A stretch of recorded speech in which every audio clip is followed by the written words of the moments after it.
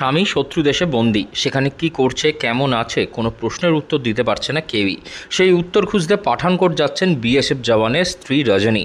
6 দিন ধরে স্বামী শত্রু দেশে বন্দী হয়ে রয়েছে, কিভাবে কি করছে তা স্থির করে উঠতে পারছে না কেউই। পাঠানকোটে সেই কারণেই রওনা দিচ্ছেন তিনি। কলকাতা বিমানবন্দর যাওয়ার আগে এ কথাই বললেন বিএসএফ জওয়ানের স্ত্রী পুনম কুমার। রজনী আরও জানান যে তিনি সরকারি দপ্তরের স্বরাষ্ট্র দপ্তর বা বিএসএফ তার স্বামীর বিষয়ে কোনো রকম খবর দিতে পারেনি। শুধু এটুকুই জেনেছি সে পাকিস্তানে বন্দী হয়ে রয়েছে। 17 বছর ধরে বর্ডার সিকিউরিটি ফোর্সে কাজ করছে। সে কি বর্ডার চিনবে না? তার আশঙ্কা তাকে অপহরণ করা হয়েছে, এখনও তাকে ছাড়ানো হচ্ছে না। সরকারও এই বিষয়ে সেভাবে কোনো সঠিক উত্তর পাচ্ছে না। সেই কারণেই স্বামীর খোঁজ করতে একেবারে পাঞ্জাব রওনা দিল সেই বিএসএফ জওয়ানের অন্তঃসত্ত্বা স্ত্রী। মোট 5 জন তারা রওনা দিয়েছেন পাঞ্জাবের উদ্দেশ্যে। আমি ওইখানে ডিপার্টমেন্টালে যাচ্ছি, ওনাদের সিএ স্যারের সাথে যদি আমি কোনো রেসপন্স না পাই তাহলে আমি দিল্লি দরওয়াজা খটখটাবো। কালকে যারা বিএসএফ এর এসেছিলেন কি বললেন? শুধু আশ্বস্তি করেন? হ্যাঁ, ওনারা শুধু এটাই বলছেন কাজ চলছে, টেনশন নিন না। আমার বর 6 দিন থেকে আমাদের ইন্ডিয়াতে নেই, একটা দুশ্মনের এরিয়াতেই আছে। আমি কি করে চিন্তা না করি? ওনারা শুধু একটাই কথা বলছেন, चिंता मत कीजिए, चिंता मत कैसे। ठीक है, मानते हैं पूरा देश मेरे पति के लिए लड़ रहा है, सब कोई लड़ रहा है, लेकिन मुझे क्या रिजल्ट मिल रहा है आप लोग ये तो बताइएगा मुझे। कोई हमको कोई रेस्पॉन्स नहीं दे रहा, जिसके लिए मैं प्रेगनेंसी अवस्था में मुझे इस कंडीशन में मुझे यहाँ से निकलना पड़ रहा है कि क्या हो रहा है, वहाँ पे क्या कार्रवाई चल रही है। ওখানে গিয়ে কি করবেন? কেমন আছেন উনি, কি অবস্থায়? কোনো খবর পাচ্ছি না, আমি কোনো খবর পাচ্ছি না। আমি যদি এইটুকু কথা জানতে পারতাম কি হ্যাঁ উনি ঠিক আছেন, তাহলে আমার আপনার মনে হয় আমি এই কন্ডিশনে যেতাম? আমাকে এখনো ফ্লাইটে যেতে দিবে কিনা আমি এটাও জানি না। বলছি গভর্নমেন্টের ভূমিকা নিয়ে কতটা আপনি আশাবাদী? দেখুন, গভর্নমেন্ট এখনো তো আমি যতটা শুনতে পাচ্ছি কি এখনো আমার সেন্ট্রাল ওইখানে খবর যায়নি এটা। তো কি হচ্ছে 6 দিন থেকে? তাহলে 6 দিন থেকে তাহলে কি হচ্ছে? কিন্তু বিএসএফ এর ডিজি তো বলছে কি বলছেন?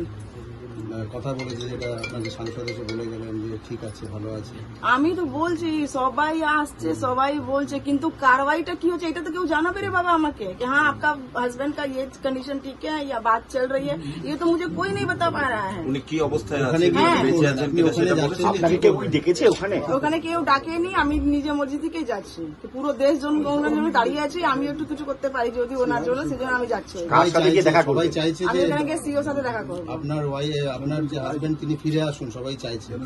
নিশ্চয়ই, দেখুন স্যার ওটা দেশে একটা জওয়ান আছে, বুঝলেন, সবাই চাইছে। আমি কোথায় এটা দিয়ে ডিক্লাইন করছি? আমি জানি সবাই চাইছে উনি আসুন, কিন্তু স্যার আপনি একটা কথা বলুন, আমি তো কোনো খবর পাচ্ছি না।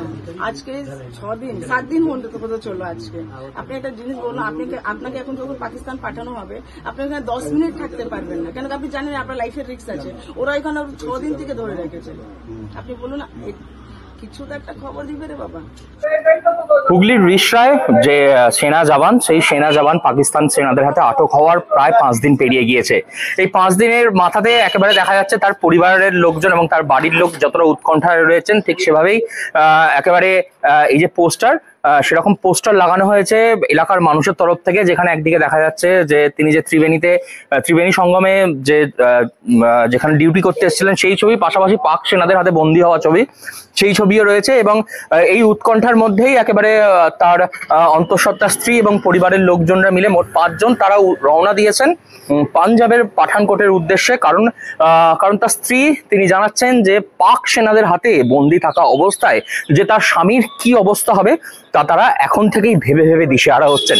তাই হাতের উপর হাত রেখে আর বাড়িতে বসে থাকতে পারছে না, তিনি সোজা পৌঁছে যাচ্ছেন তার স্বামীর কর্মস্থলের জায়গায়।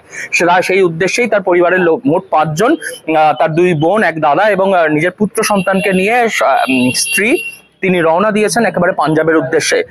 এই উৎকণ্ঠার মধ্যে এলাকার মানুষ রয়েছে, যে উৎকণ্ঠার মধ্যে গোটা দেশের মানুষ রয়েছে, যখন সবাই চাইছে যে কোনো রকম ভাবে ঘরের ছেলেকে ঘরে ফেরানো হোক, সেই দিকেই তাকিয়ে রয়েছে এখন সমগ্র দেশবাসী। কিভাবে এখন ঘরের ছেলেকে ঘরে ফেরানো যায় সেই দিকেই দেখার। হুগলি থেকে রাখি হালদার, লোকাল 18 বাংলা।